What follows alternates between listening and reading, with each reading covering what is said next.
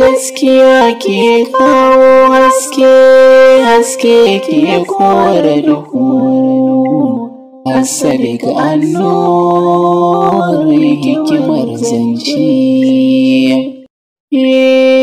Gaskiya ke kawo haske, haske ke kore duhu. Asali ga annuri hikimar zance. Assalamu alaikum wa rahmatullahi ta'ala wa barakatu. Daga Abdullahi bin Umar radiyallahu anhu ƙala ya ce, manzon Allah sallallahu alaihi wasallam ya fuskanto mu ya ce da mu, ya ku jama'al muhajirun, idan aka jarrabe ku da abubuwa guda biyar, ina neman tsarin Allah da kada ku riske su.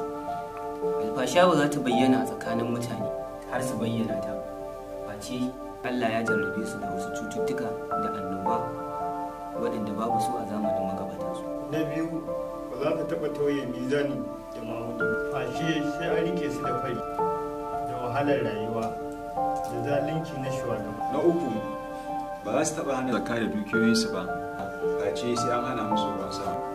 Ba dan dabbobi ba, ba za a sauka musu da ruwa ko da ɗigo ɗaya ba.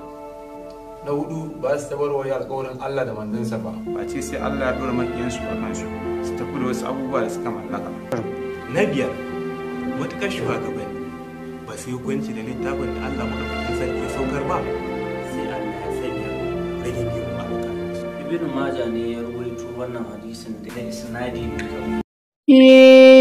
Gaskiya ke kawo haske, haske ke kore duhu.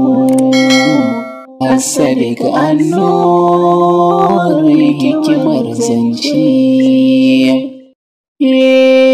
Gaskiya ke kawo haske, haske ke kore duhu. Asali